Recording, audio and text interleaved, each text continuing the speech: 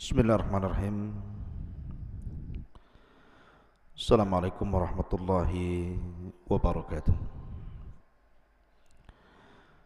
Alhamdulillah wassalatu wassalamu ala Rasulillah wa ala alihi wa sahbihi wa mawalah wa la hawla wa la quwata illa billahi wa ba'du. Qala Allah azza wa jalla ya ayyuhalladzina amanu taqullaha haqqa tuqatih wa la tamutunna illa wa antum muslimun. Amma ba'du, ma'asyiral muslimin yang dimuliakan Allah Subhanahu wa taala. Alhamdulillah, di pagi hari ini dengan izin Allah Subhanahu wa taala kita masih bisa bertalabul ilmi.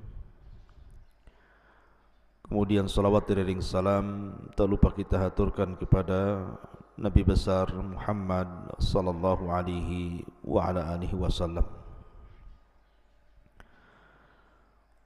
Pembahasan di pagi hari ini kita akan mengupas tentang makhluk yang Allah Subhanahu wa taala ciptakan sebelum Nabiullah Adam alaihi salatu wassalam,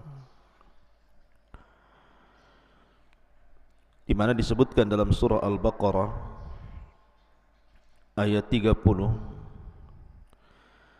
Allah Subhanahu wa taala berfirman, wa idz qala rabbuka lil malaikati inni ja'ilun fil ardi khalifah qalu ataj'alu fiha man yufsidu fiha wa yasfikud dima'a wa nahnu nusabbihu bihamdika wa nuqaddisu lak qala inni a'lamu ma la ta'lamu. Ketika berkata Rabbmu kepada para malaikat, sesungguhnya aku hendak menjadikan di permukaan bumi ini seorang khalifah. Maka malaikat mengatakan, ya Rabb, apakah engkau akan menjadikan di bumi ini orang-orang yang akan merusak di dalamnya, yang akan menumpahkan darah di dalamnya, sementara kami makhluk yang bertasbih dan memujimu serta membersihkan namamu? Maka Allah Subhanahu wa taala berfirman, sesungguhnya aku lebih tahu apa yang kalian tidak tahu. Di dalam ayat ini menjelaskan kepada kita tentang kisah penciptaan Adam alaihi salatu wassalam.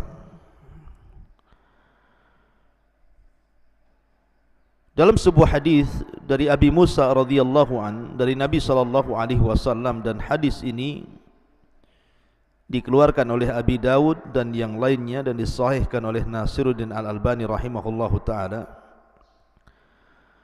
Innallaha khalaqa Adam min qabdatin qabadhaha min jami'il ardi.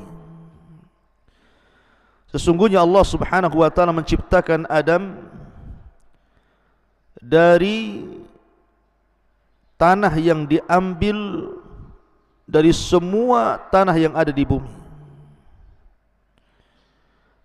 Faja'a banu Adam ala qadril ardi, maka jadilah Bani Adam atau anak keturunan Adam sesuai dengan kadar bumi yang diambilnya. Dalam riwayat bahwa yang mengambil tanah di bumi itu adalah malakul maut.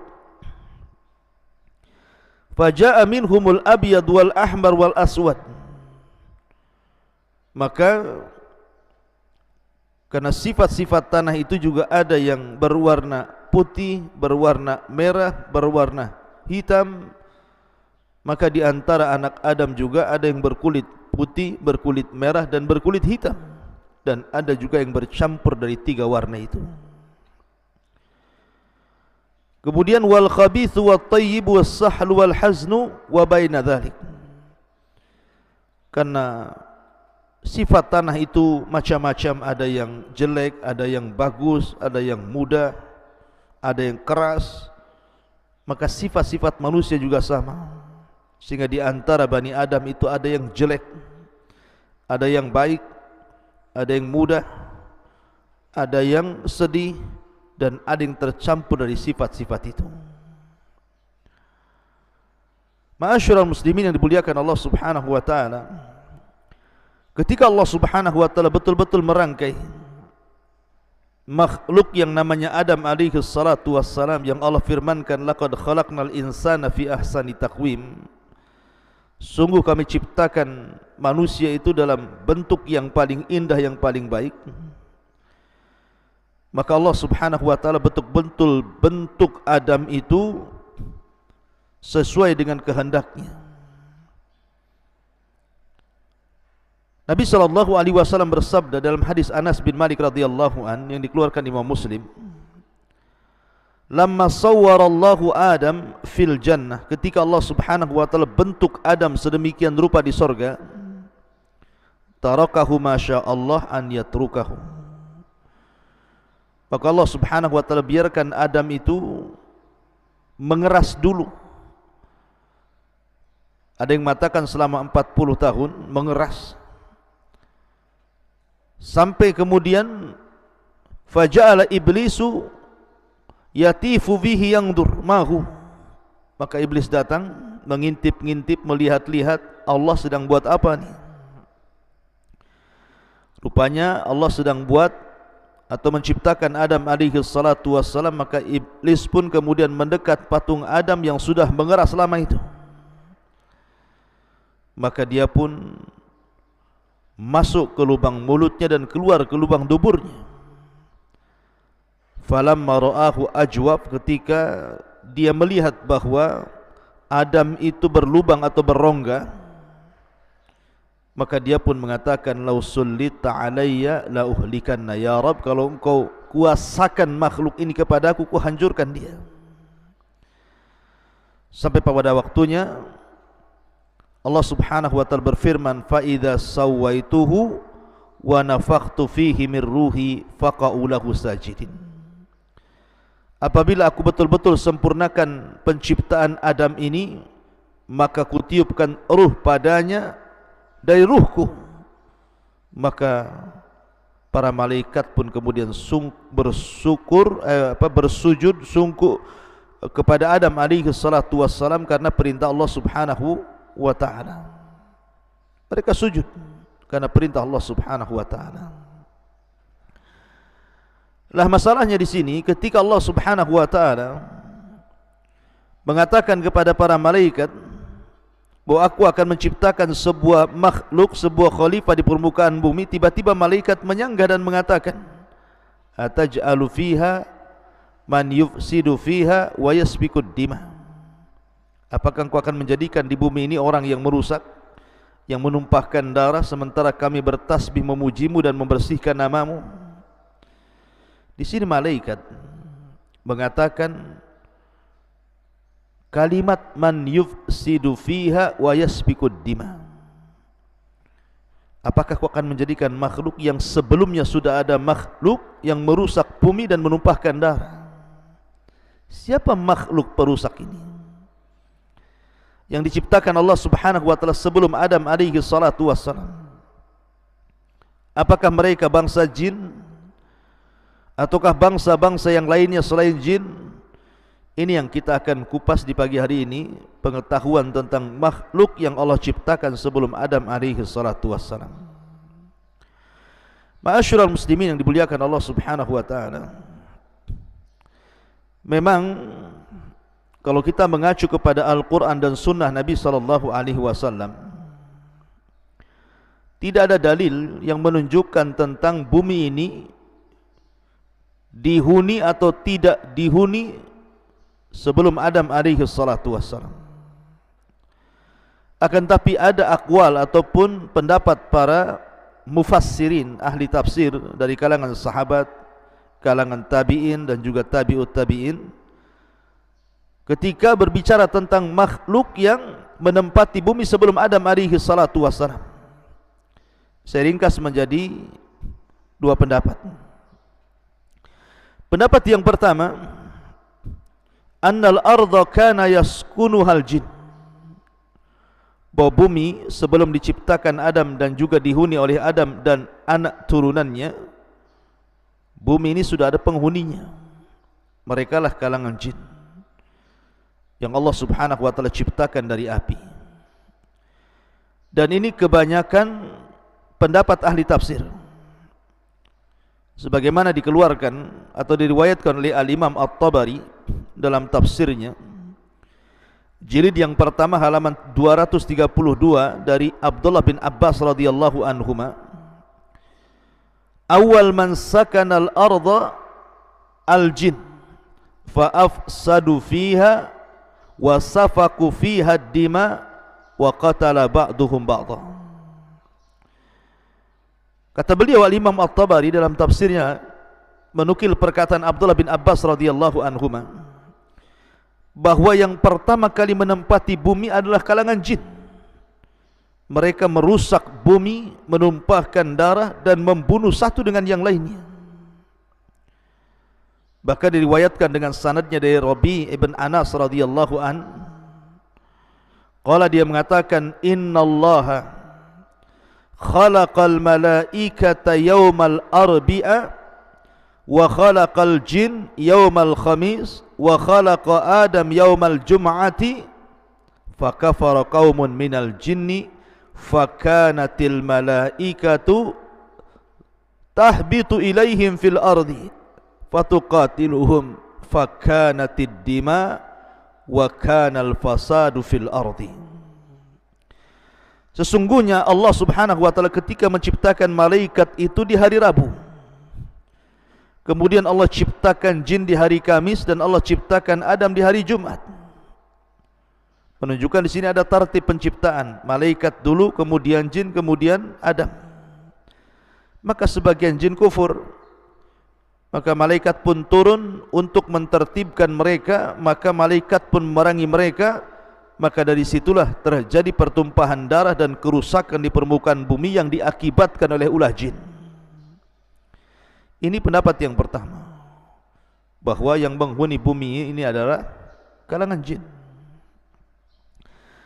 Akan tetapi ada juga yang berpendapat bahwa yang menghuni bumi ini bukan jin, bukan pula Adam. Artinya sebelum Adam alaihi salatu wassalam itu bukan jin yang menghuni bumi. Lalu siapa yang menghuni bumi itu? Ma'asyiral muslimin yang dimuliakan Allah subhanahu wa ta'ala, ada yang mengatakan bahwa yang menghuni bumi sebelum Adam alaihi salatu wassalam dan juga sebelum jin adalah al-hinnu wal binnu, atau hin dan bin. Dan itu dijelaskan oleh kebanyakan para ulama tafsir bahwa diciptakan hin wal bin ini sebelum jin dan jauh sebelum Adam alaihi salatu wassalam. Tetapi kemudian Allah subhanahu wa ta'ala ciptakan setelah hin dan bin ini jin, yang kemudian jin ini datang dan memerangi hin dan bin. Maka jin-jin ini kemudian menumpahkan darah, membunuh hin dan jin. Akhirnya kemudian setelah hin dan bin pun diusir dari bumi, maka jinlah yang menempati tempatnya di bumi. Itu ada yang mengatakan seperti itu, seperti yang disebutkan oleh Imam Ibnu Katsir dalam Bidayah dan Nihayah jilid yang pertama halaman 55. Tetapi ingat, kata para ulama, la tustanadu ila ay sanadin sahih. Riwayat ini tidak bersanad kepada sanad manapun yang sahih. Artinya ini hanya sebagai pengetahuan, jangan dijadikan sebagai sandaran, karena tidak ada sanadnya. Lalu apa faedahnya? Enggak ada sanad yang jelas tentang masalah ini. Ma'asyiral muslimin yang dimuliakan Allah subhanahu wa ta'ala, juga Imam At-Tabari dalam tafsirnya jilid yang pertama halaman 232 dari Abdurrahman ibn Zaid, dia mengatakan, qala Allah ta'ala Berkata Allah Subhanahu wa taala kepada para malaikatnya, inni uridu an akhluqa fil ardi khalqan, sesungguhnya aku hendak menciptakan di bumi ini satu makhluk, wa aj'alu fiha khalifatan, dan aku ingin jadikan dia khalifah, wa laysa lillahi yawma idzin khalqun illal malaikah, dan ketika itu tidak ada makhluk selain para malaikat. Wal ardu laysa fiha khalqun, dan bumi ketika itu tidak ada makhluk sama sekali. Lah kata para ulama, yang pertama kali diciptakan adalah al-hin wal bin. Sekali lagi, hin wal bin ini tidak ada riwayat yang jelas, tapi sebagai pengetahuan saya jelaskan saja. Jadi kalau seandainya Anda membaca dalam tafsir atau mendapatkan keterangan bahwa ini pendapat yang kuat al-hin wal bin, kita katakan tidak ada sanad yang bisa dijadikan sandaran bahwa dialah yang diciptakan pertama kali sebelum jin, apalagi sebelum Adam alaihi salatu wassalam. Karena ada kemudian sebagian orang hendak menguak tentang seperti apa sebenarnya al-hin wal bin ini, seperti apa bentuknya. Maka Syihabuddin dalam kitabnya dijelaskan tentang beberapa kalangan pendapat khurafat, ya kita katakan khurafat lah ya, karena tidak ada sanad yang jelas gitu ya, bahwa hin dan bin itu ada beberapa jenis gitu ya. Yang pertama zawatu ajnihatin,